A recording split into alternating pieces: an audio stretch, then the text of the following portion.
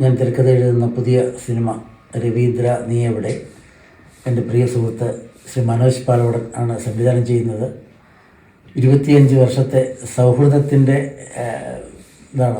പൂർത്തീകരണമെന്നല്ല, അതിൻ്റെ ഒരു പ്രത്യേക പോയിൻ്റാണ് ഈ സിനിമ. മഹാത്മാഗാന്ധി കോളനി എന്ന് പറയുന്ന ഒരു സീരിയൽ ഏഷ്യാനെറ്റിൽ പോയി ശ്രീ വിജി തമ്പി സംവിധാനം ചെയ്ത് അന്നാണ് ഞങ്ങൾ ഒരുമിക്കുന്നത്.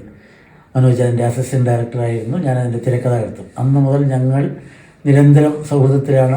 ഒരുപാട് സിനിമകളിൽ ഒരുമിച്ചു. സജി സുരേന്ദ്രൻ്റെ അസിസ്റ്റൻറ്റും അസോസിയേറ്റും ഒക്കെയാണ് മനോജ് ആയിരുന്നു. സ്വന്തം സിനിമകൾ പിന്നീട് ചെയ്തു. പക്ഷേ ഒരു സിനിമയിൽ ഞാൻ തിരക്കഥ എഴുതുകയാണ്. രവീന്ദ്ര നീ എവിടെ 18-ാം തീയതിയാണ് അത് റിലീസ്. ഒരു നർമ്മത്തിലൂടെ പോകുന്ന ഒരു കഥ. നർമ്മമാണ് അതിൻ്റെ ഒരു ഫ്ലേവർ. അത് തീർച്ചയായിട്ടും ഒരു വിജയ ചിത്രമാകും എന്ന് തന്നെയാണ് പ്രതീക്ഷ.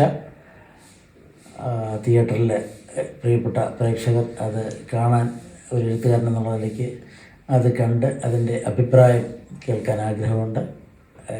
വളരെ ശുഭ പ്രതീക്ഷയോടുകൂടിയാണ് ഈ സിനിമയ്ക്ക് കാത്തിരിക്കുന്നത്.